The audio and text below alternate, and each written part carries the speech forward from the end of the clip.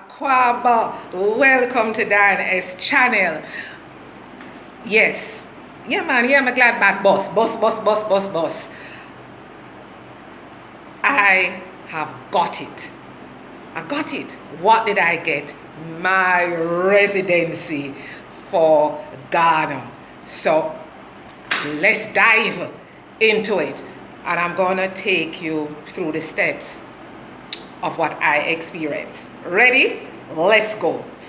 Now, when I arrived in Ghana, departed Jamaica on the 28th of March. That's the Monday.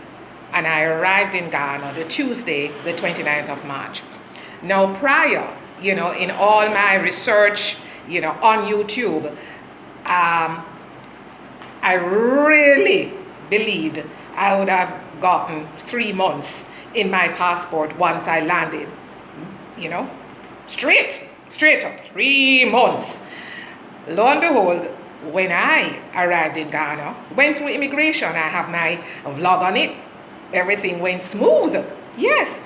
And it was not until I got my luggages and the porter that was assisting me, he says, okay, let's take you through to customs, let me have your passport. And when he looked through, he says, you only got 30 days. I said, no man, no, it's 3 months. No, it's 90 days. He said, look. So when I looked at the passport, I saw 30 days. I will admit I was disappointed, obviously. And I went straight, returned to immigration. And the bottom line is they say, hey, you can get that minimum 30 days.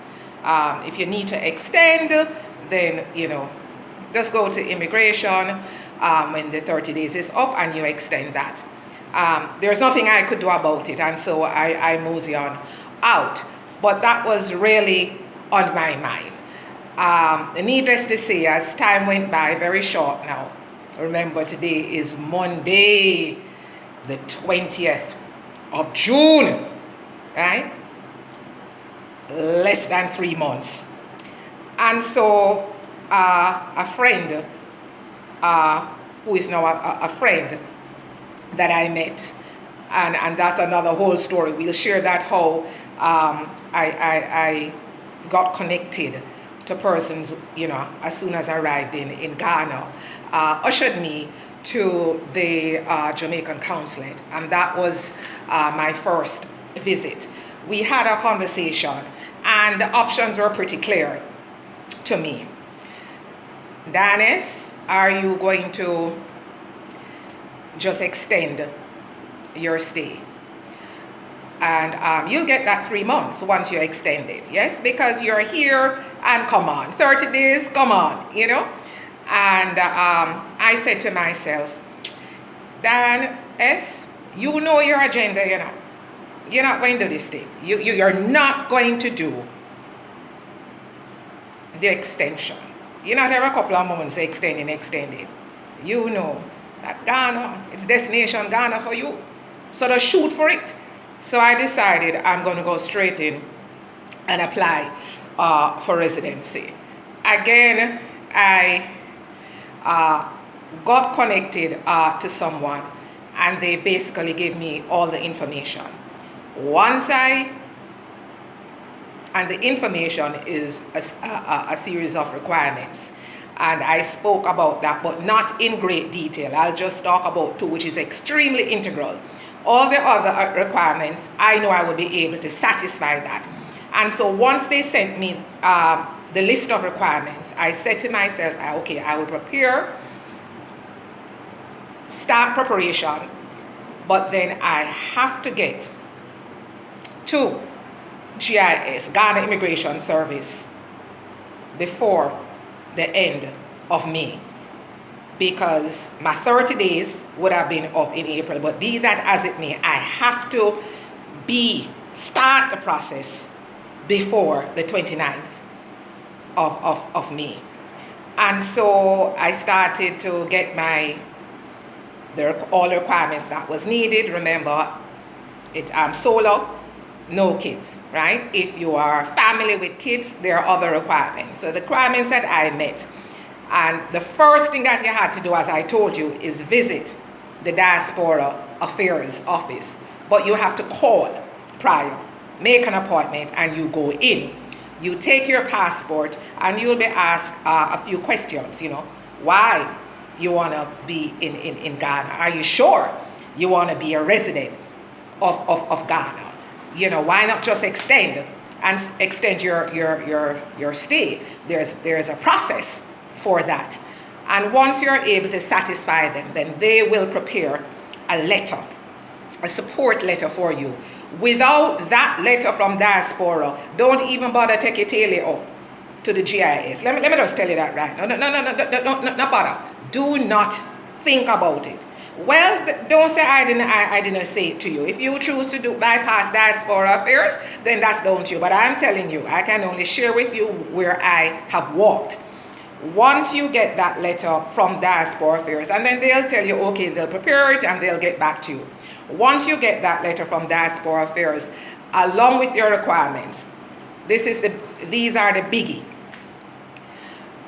You need to have 2 Ghanaian citizens that not only will accompany you to Ghana Immigration Service, but there are also requirements that one of your Ghana citizens will have to meet. What am I talking about? They will have to produce their bank statements and of course their identification.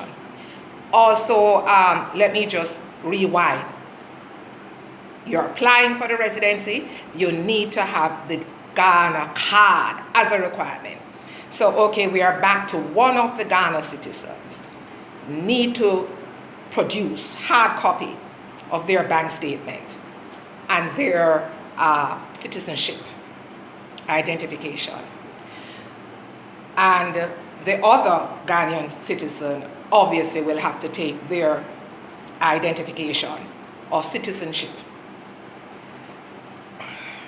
When you get there with your 2 Ghanaian citizens, they also are being interviewed, and they are required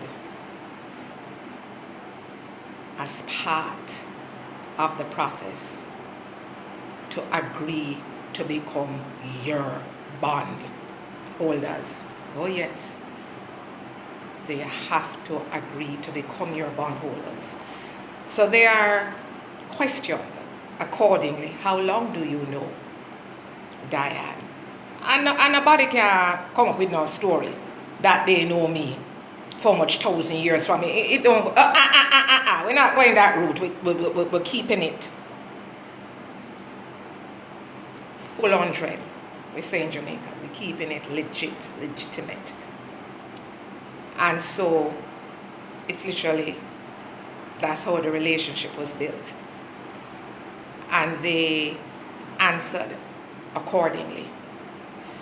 And the paperwork that I need to provide, one of the other requirements is that you just have to do a letter yourself for about, a few paragraphs as to why you want to live in Ghana and how are you able to support yourself while in Ghana. Because residency is totally different from a work permit. So your residency, your resident permit or residency permit is to allow you to live in Ghana for a period of time. And so, you produce that. The other requirements, I don't really have to go in much detail. Again, I said, if you're serious and you can relate, then you'll know how to communicate with me. Your 2 Ghana citizens have to sit there with you at the GIS. I will say, once you get there, factor in 2 hours. You need 2 hours of their time to be with you. And then when you put your transportation costs like that to get there and return, then you know what we're talking about. Once you have done all of that, and you pay the relevant fees. Also, I had to do a COVID test, and yes, you have to pay the fee for a COVID test. They then give you what is called a retention slip, and it has the date in which they say you can check to see if your document is ready. That is the process that I went through. And let me tell you, when I got the call that it is ready today, I was very pleased. But remember, and I will never stop calling her name, the indomitable Maisie Howell. We connected via phone in Jamaica. Curious person like myself. The video that Ruth, Kwakwa, and Maisie Howell came out. That's where it started for Diane. And the other, one or two YouTube content creators mentioned their names already in my vlog in the beginning. But those two Jamaican ladies, and I tell you, I'm grateful. But this one goes out again to Maisie Howell. Your girl was serious. You said on that phone you felt my spirit, that this was not a joke. But I'll just say one thing to that video that Ruth, Kwakwa, and Maisie will put out. And I'm inviting you, my audience, my subscribers and viewers, look for that video on YouTube, Moving to Jamaica. And they have the Jamaican flag there, so there is no doubt. So Ruth, Kwakwa, and Maisie Howell. And listen to that video. But there's one little thing that they recommended. And I always said if Maisie was around, she'll probably just laugh at me. Because I did not do what they suggest. What I did is what Michaela from Jamaica Village said. One entry. You have people going to US, Canada, England, just go in on a visa and they decide to do their thing. Well, Diane did just that, the one entry. And so again, I thank them for that video, because you just never know who out there in the global space will just click, watch, be motivated, be inspired, and say, let me try. So I'm quite pleased, but I did not do it alone. It's not an army. It's a few persons who are willing to say, all right, Diane S, your talk strong. Validate your talk. And we'll see. So again, this is thank you. My bondholders, of course, will remain anonymous out of respect and privacy. So I say to the audience, whatever it is that you choose to do, if you're going to look at Ghana, a vacation, nice and sweet, you want to work remotely, after you're here, you think you would like to make Ghana your home, and you want to pursue residency, I say to you, start doing your legwork so that when you arrive, the requirements that you will need. I don't know if things change as time goes by. Anything is possible. So that once you make your inquiries and you get them, you get the requirements. Once you make your inquiries and then you get the requirements, you're able to meet it.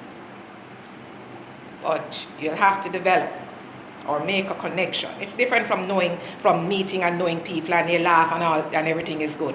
You have to be connected.